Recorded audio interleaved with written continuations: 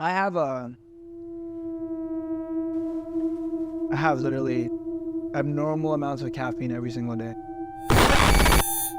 Some days I'll just drink enough caffeine to kill an elephant. So you immediately go towards murder elephants. Yeah, they drink enough caffeine to like kill an elephant because like you feel like you've ascended. And some days you need to see God. So that's when you should drink as much caffeine as possible. Right. Yeah. So on those days, what time you go to sleep? I don't.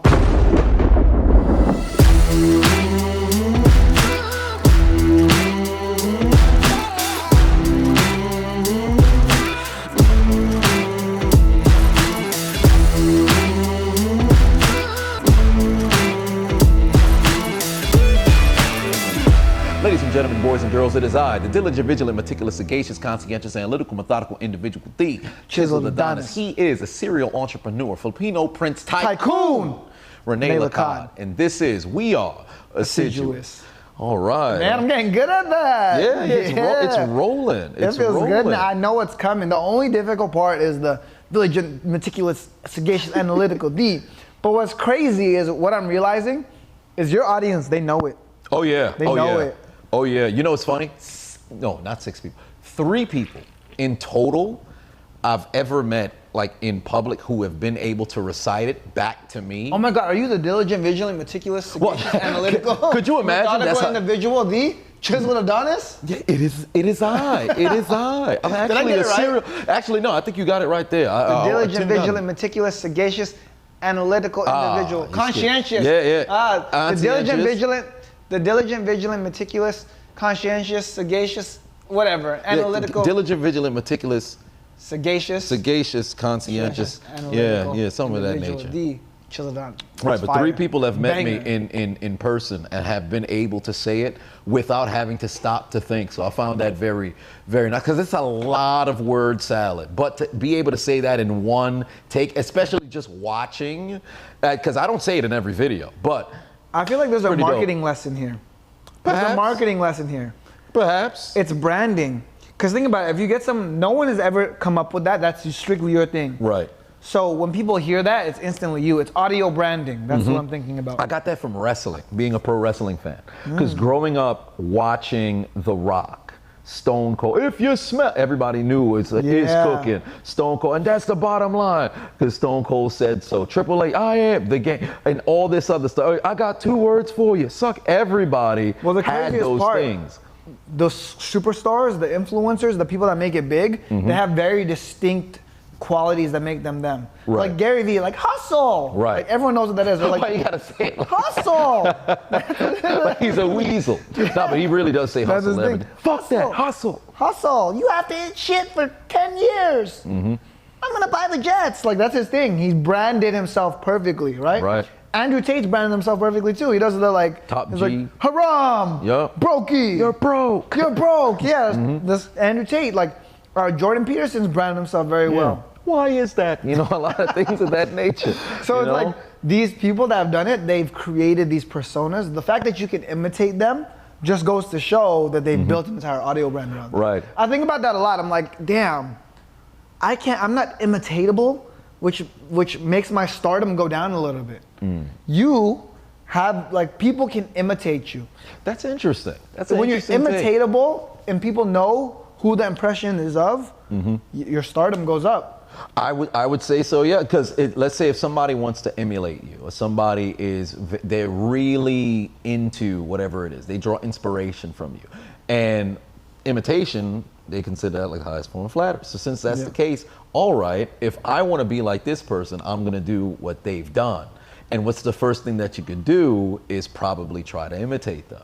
So that makes sense. So if you have, like, let's say if there's a certain thing that you do, a move a certain sort of way, and now you do that move, somebody who also knows where it's from, hey, wait a minute, you must watch, and immediately brandable. Yeah, that's where brand comes into play. A lot of people, they don't recognize how different avenues you can take to get to a brand. I think about that a lot. I'm like, what can I do to make me specific to something brandable? What have you done your entire life that has carried, no, I don't want to say carried you, but what have you done that's been somewhat of a conduit throughout your entire life? What have you always done? Whether it's been You have to 8, explain 8, what conduit 13. means to me. I didn't go to college. Well, something that's like no matter what has since changed in your life, this is something that you still do. Like something that you have done in like 8th grade all the way up until 12th. Then now, first year of entrepreneurship, years later, like despite how much money you may have made, the different locations that you have lived, different cars, different personality, different ego, whatever the case may be, there are certain things that have still remained from when you're a child. So if you can identify what those are, those particular kind of quirks, whether it be the distinct kind of laugh, whether it be a particular kind of joke, whether it be like a callback kind of joke, something like that. Well, I mean, can't go wrong with that. You know. Latinas, that's been the conduit. Latinas. From which age did it begin? 7th, 8th grade. 7th, 8th grade? Not even that, like okay. As soon as I started liking girls. Mm-hmm. Oh, it was just all immediate Latinas? Yeah. Interesting, all right. Maybe it's because I'm from LA, but Latinas for sure. Yeah, there's a lot of Latinas in LA. And then Miami now, LA then Miami. Right. That's been the congruent brand. They migrate up. Because people make the jokes too, when they see me in public, if there's one thing I think about a lot, when people see me in public, they'll make that joke. Like when someone recognized me in public one time, they went up to me like, "Ha, Latinas." I'm like, "Yo, that's crazy." Dude, that's something you can make that. I branded myself like that. You're the Latina guy. No, but I have a girlfriend now, so it's like it's not the same. I can't. It's almost like she's removing. Latina. She's Brazilian. Yeah, she's Latina. Yeah, Latina. Yeah, that makes sense. Latinas. All right. But it's no longer plural. It's Latina. Oh, it's Latina. Yeah, not as. Keep it plural. Leave your options open. At least for them, they don't know. I mean, they do. It's on your social media. You can't hide it. But still, you know.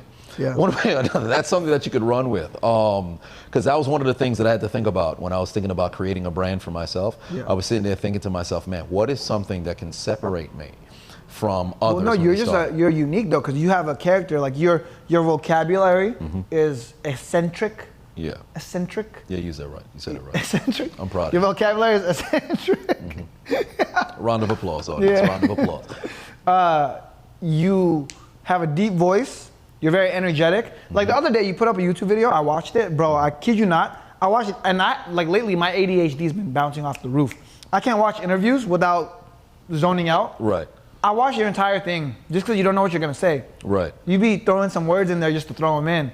It's like extra. You just do it for extra credit. Like when the teacher says you have to get extra credit. You just throw the extra credit words in there, but it keeps people like sucked in. Right. In 2018, when I was I was primarily heavily doing rant videos in my car. Well, yeah, I think did I have my car during that time? Yeah, I had my car during that time. So I would do rant videos inside the car, and basically every minute and a half or so, I would say something that would captivate the audience to keep the attention there. Because like you said, ADHD, people just it's like a mile a minute. You want to go somewhere else. So since that's the case, you don't want to be in a situation where you're creating videos and it's very monotone, and then it gets to a point where it's somewhat boring. Like you can be the most informative individual on the planet.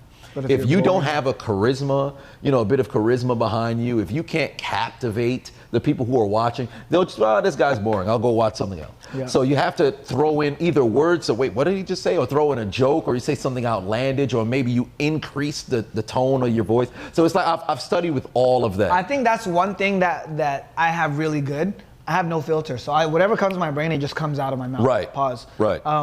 But yeah, anything that comes out of my brain, it just comes out. So great example, right? We were sitting in this kitchen, and our friend was talking about like, something with his dad, and I was like, haha, I didn't have a dad. Right. And I remember you just started breaking down laughing. Yeah, that was hilarious. Because it's so out of pocket, but that's what works. And that's another thing too. Like I think that's part of my character also, because people build off their trauma, right? Like for me, I didn't have a dad. Right. And people look at it, so sad. When I see people like, I didn't have a dad, I'm like, motherfucking.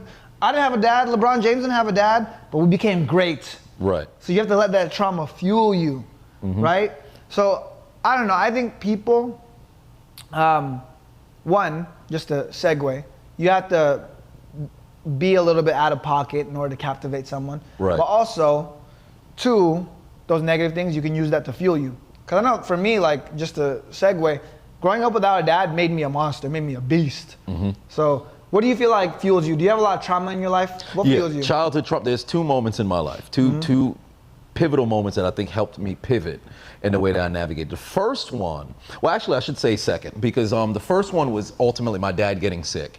Because I've had moments where, like, I was in a choir when I was younger, and then my mom said she was going to attend. My dad, he already told me he couldn't come because he had to go to work. My mom actually called out of work that day. She said she would be there. She ended up not attending, and I remember I was the last one who was on the stage. So it was like a movie. Like, I could feel the sad violin, despite the fact that it was happening in real time. I'm watching everybody, because the parents had to come and collect the children. So it's like, oh wow, Timmy's dad is here. He's gonna take him home. Oh, Monica's mom is here. She's gonna take her. So I'm just standing there and say, I'm the last one. And the teacher's like, well, where's your mom? I'm like, oh well.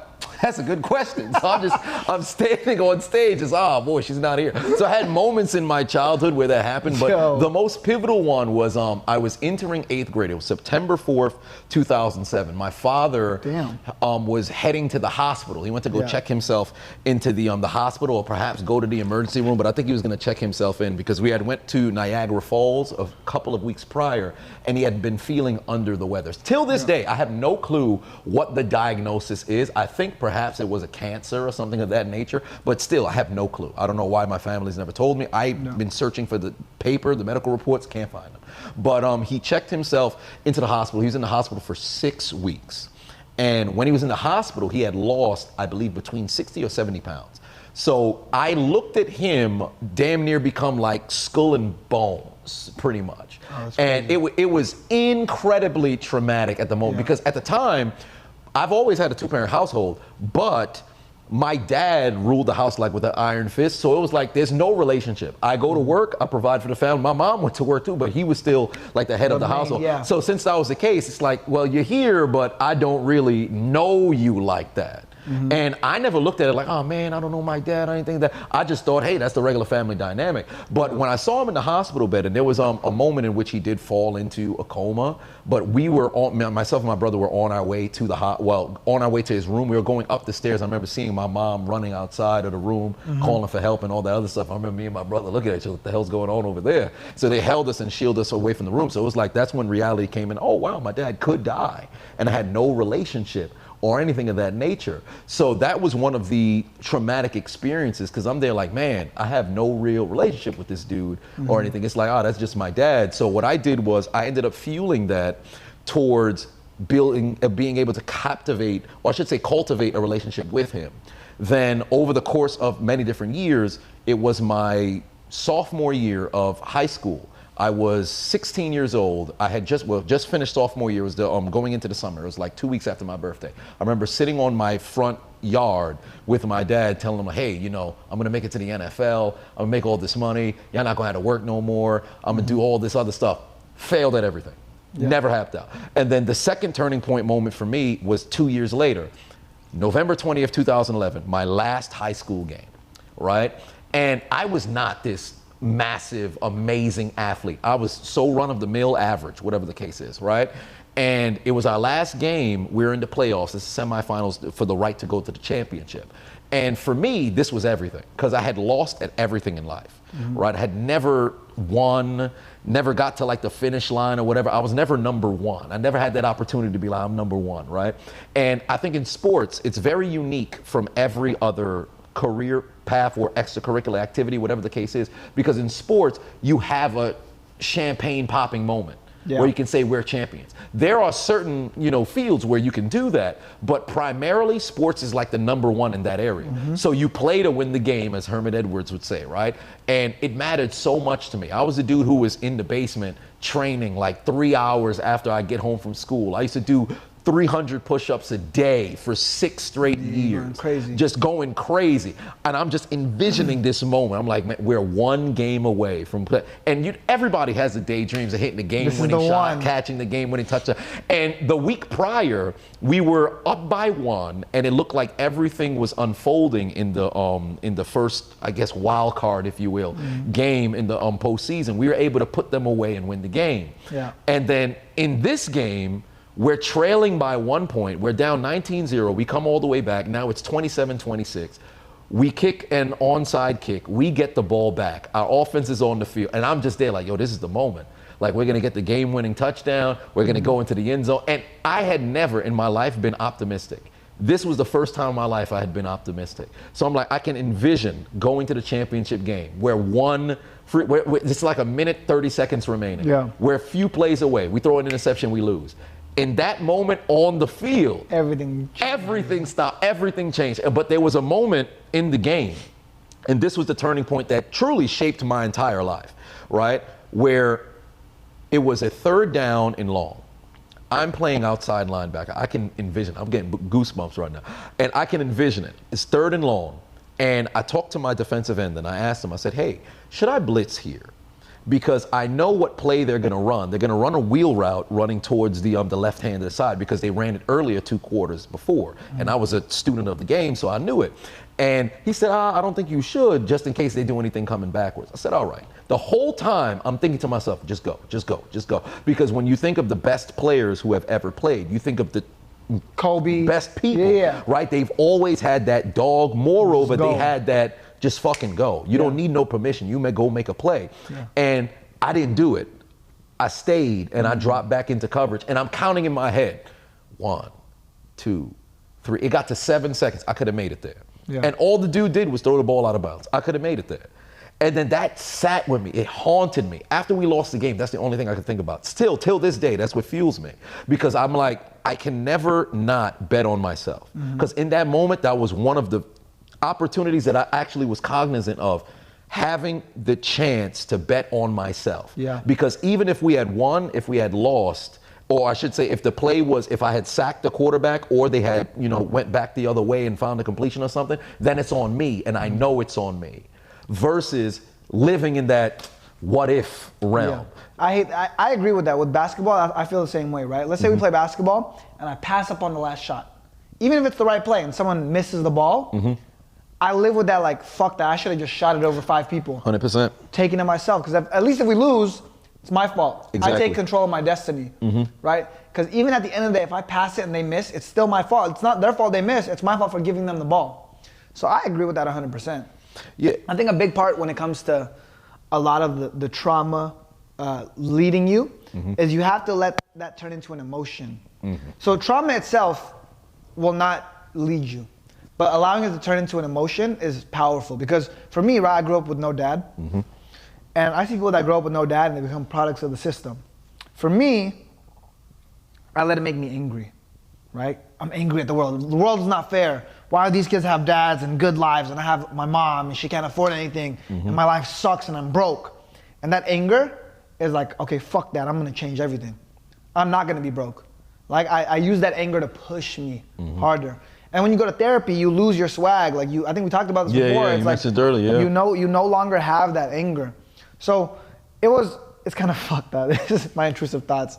I thought about this one time. I got in trouble for this. Still probably gonna get in trouble for this. There was a girl, I was talking, there was a girl, she was venting her traumas. And she goes, I got touched when I was little. And me, I just started laughing. And it's not because like, it's funny that she got touched, but it's like, I'm weird. Like when I see something traumatizing, I laugh. Same. So it's like, if I hear something like, oh, I got like my legs blown off, I'll be like I'll laugh because I can't process the emotion correctly. So this girl was talking and I'm sitting there and I remember like, when you're not supposed to laugh, but I was like doing this type of thing, like looking You're trying around. your hardest not to, yeah. And then it's even worse because my boy was there too. And I was looking at my boy and he's doing the same thing. Oh. We're both like, I'm like trying to make faces. So I had to walk away because like this girl was like, yeah, I got touched and it ruined my life. And me and my boy were sitting there like this, like about to laugh. So I had to walk off. But the thing is, that girl, she could be like, oh, my life is terrible because of that, and I was never the same. Or she could be like, I'm angry at this, and like, make something out of it.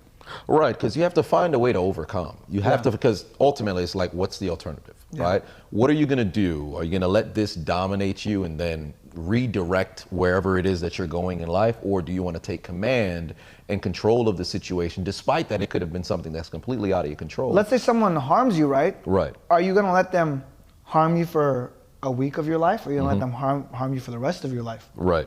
Right? So let's say someone does something bad. I get screwed over in a business deal and I go bankrupt. Not gonna, never gonna happen. But let's say it happens. Am I gonna be like, blame this person? Oh, it's because he ruined my life and I'm never gonna be the same? Or am I gonna say, you know what, fuck that. Like, I'm gonna get even richer than I was before. Fuck this guy. Because that's the way I feel. No matter what happens, I'm always gonna overcome. That's the only option. What other option do you have?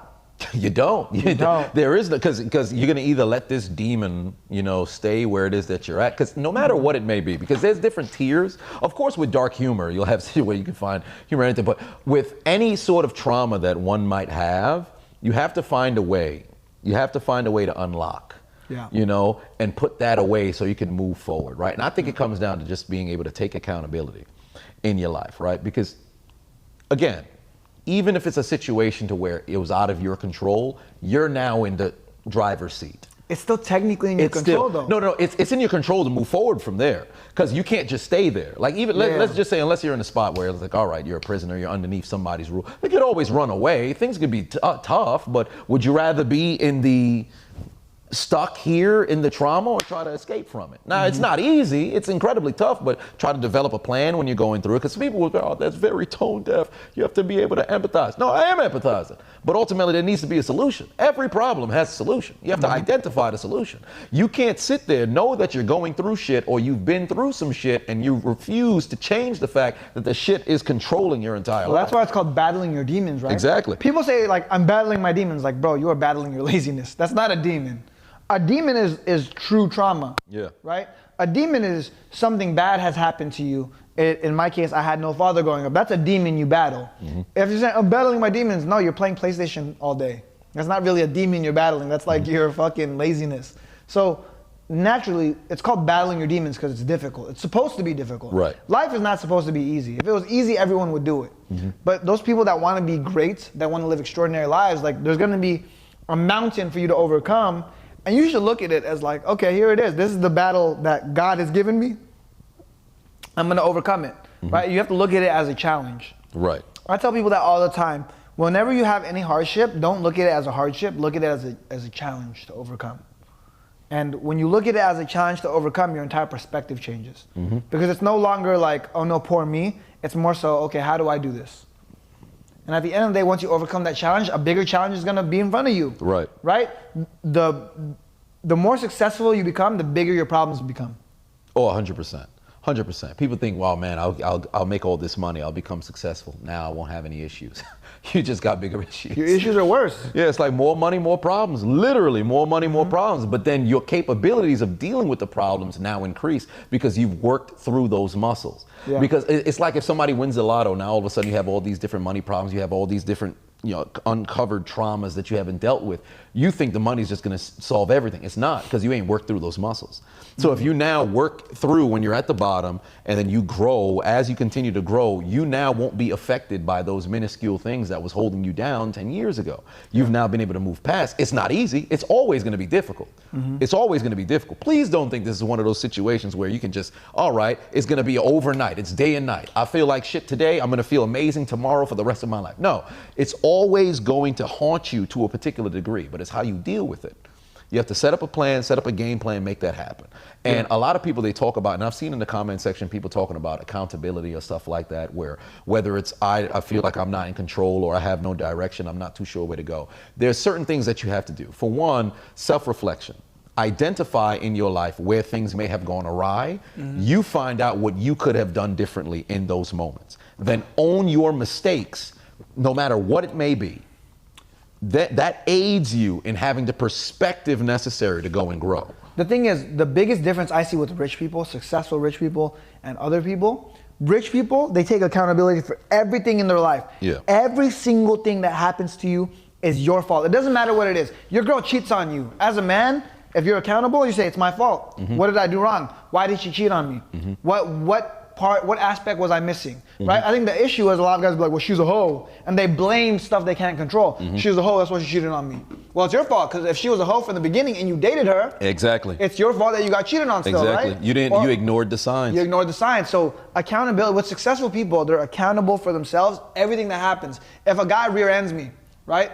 It's my fault, I wasn't paying attention, there was an aggressive driver behind me. He might have bumped me, but it's my fault because I didn't pay attention that he was back there in the first place. What can I do about that? If I get screwed over on a business deal, it's because I didn't protect myself in this business deal. So there's a lot of different things that you have to look at, but successful people take accountability for everything. Even things seemingly out of their control, They're accountable for it. And that's what makes them successful, because they control every aspect of their life. 100%. That's the biggest takeaway across the board when it comes to accountability. Because people, oh man, it wasn't my fault with it. Like, especially with the rear ending. You're just driving, you're just there, somebody hits you right there. But what could you have done differently? Yeah. There's always that. Even if it seems like it's a situation where you've done nothing, find a way where you can hold yourself accountable and learn from that mistake.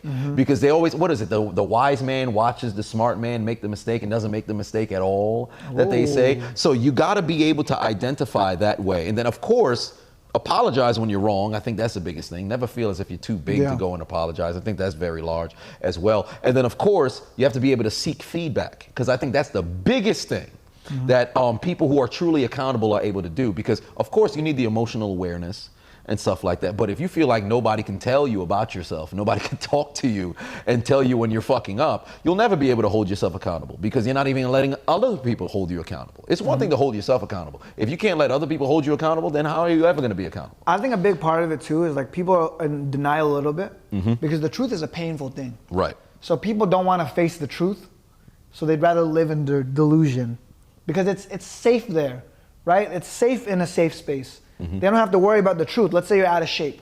Let's say you're broke. You don't want to be like, I'm broken, out of shape. You want to live in your delusion of like, everything's okay.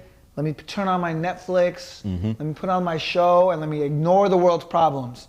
Because addressing those problems is a big deal. It's difficult, it's hard, but you have no other choice if you want to live a good life. You really don't. I said something actually, and this is a weird thing, and this might just be the universe working. I find that I make so much more money when I work out. Two seemingly unrelated things.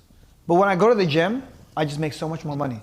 And I don't know why that is. I have no explanation for it. But I just know if I go to the gym today, the end result will be I will make more money. I don't know why, I can't explain it, but it just happens. And it's part of like the intrinsic value of the universe. It sees me working hard and it rewards me monetarily. And I can't explain. Like I said, you could go into the science and be like, maybe it's just because you feel better and your work ethic is better and your brain's sharper because you're working out. I don't even know if that's the case, because I'm not doing anything different. But the fact of the matter is, I'm just working more and I'm getting reward out of it. When you work out, what's the goal when you work out? Like when you go to the gym, do you have something in your mind that says, all right, I'm going to the gym and I'm going to try to find out your max, or perhaps see what your limits may be? Or no, maybe you know what working motivates me towards more than anything at the gym? It's not even being strong. I don't care to be strong. Like, strong guys are cool, but I don't try to be strong. I think my thing is like, how sexy can I be? Okay. My ultimate goal for the gym is like, how sexy can I look? How sexy can I be? Because if you think about it, would you rather be the strongest man in the world, or would you rather be the strongest man in the world, or the guy that won the physique competition? Oh, definitely the physique competition, without question. Because I look at the strongest guys in the world, and they're kind of like, they have a big belly, they're real big, strong guys. Power lifters, power lifters, strongman competitions. And I was like, that's cool, but like, I don't need to be that strong. Like, when the fuck am I ever gonna need to lift a car? Right. In the real world, I'm like, oh no, baby under the car, let me lift it. Like, it never happens. Right. But you know how many times I'm gonna need to take my shirt off and just like flex on someone? If I see someone I don't like, I'm like, my enemy. If I see my enemy somewhere in the street, I just take my shirt off.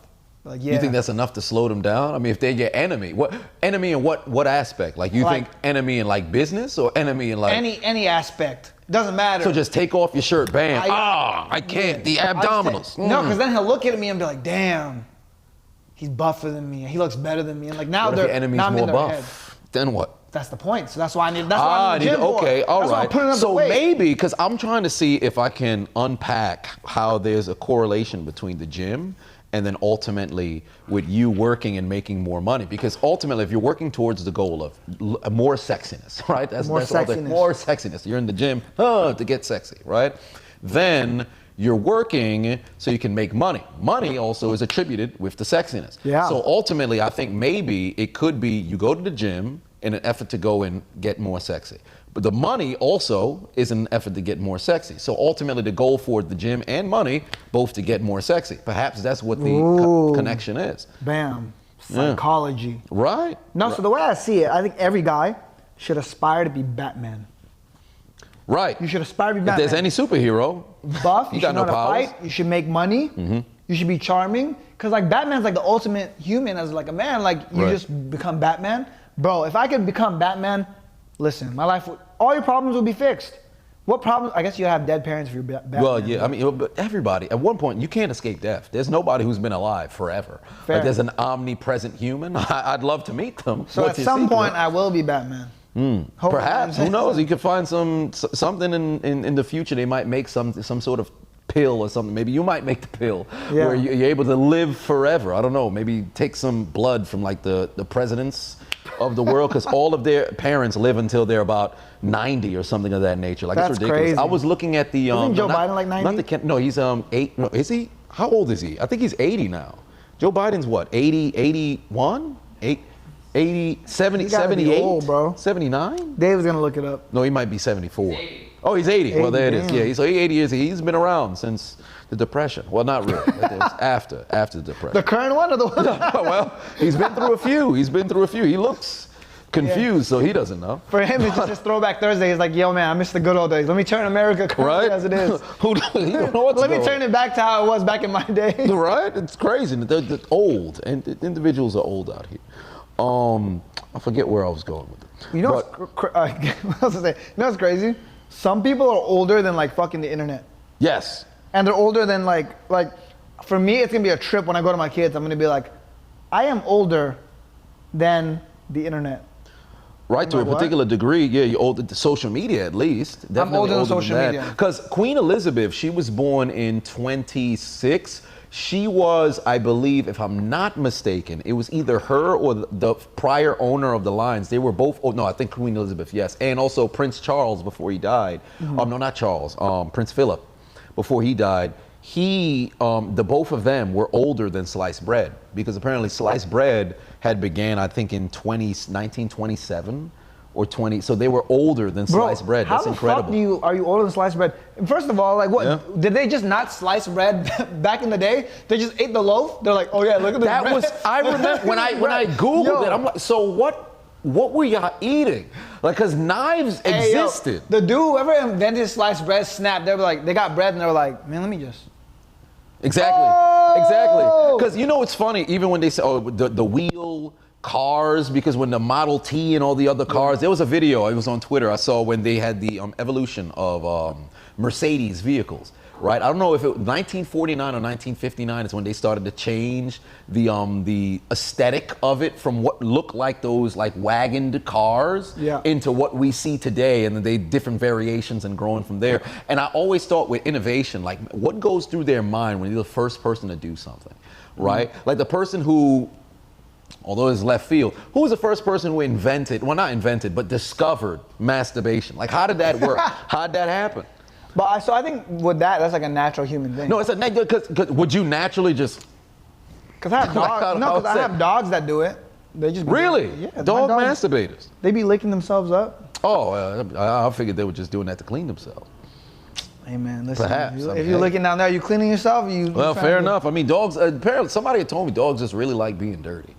I don't know if it's just. Yeah, no, it's to hide their scent. So my puppy. Right, that's what it was. That's what it was. To hide their scent. To hide their scent from predators. You know, because I got a little dog in the streets. He got messed up, so he'll like roll around so he could hide his scent.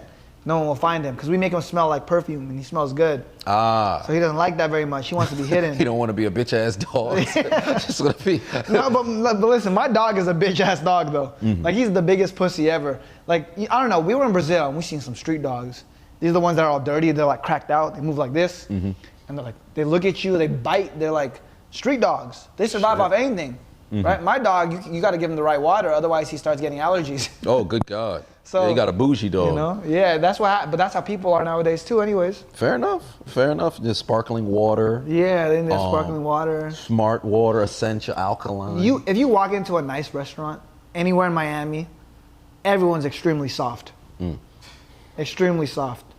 Like for me, it's still a trip, right? Because I have money now, so when they come on, they're like, "Oh, what kind of water?" And I'm like, "Tap," and they look at me like I'm poor. They're like, "Yeah, they might just kick you out of the location." Yeah. Tap water, you sure? I'm like, "Tap." And they're like, "Okay, all right." But you have tap water with a ribeye steak. Yeah, I get the most expensive steak, but tap water. Yeah, so it's like crazy because some people walk in and be like, "Can I get a still, sparkling still? Can I get both?" Actually, a lot of people will do both. Can I get still, sparkling? It's crazy. Interesting. Interesting. Tap water with a porterhouse steak or tomahawk steak. There's a spot here. How long are you in Miami for? Well, tomorrow. Tomorrow. Yeah. Wait, there's a spot here, Coat, right here down the street. Fucking amazing, bro. Ah, nice. I'm gonna go to a steakhouse. It's expensive, but it's great. I've had tomahawk steak. I had porterhouse. No, this is like you get little ribeye. pieces, but they bring little you, pieces. they cook it in front of you.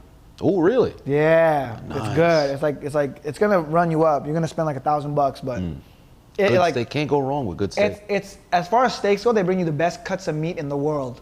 In the world, they ship it from Japan. They have Wagyu? They ship shit, I from need Japan, Wagyu. not American. They bring it from Japan. So if you're gonna take your girl out, Coat right here. If you can get a reservation.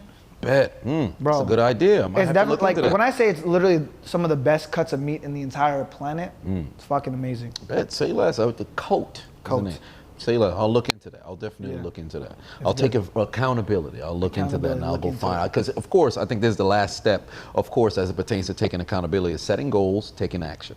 Right? Because we've talked about this ad nauseum. The segue is crazy. Right. My ADHD failed to connect that. Right. A steak is accountability. Right, of course. It's the final step. Because it's multiple different cuts, right? But at the end of the day, you're going to get yourself a magnificent product.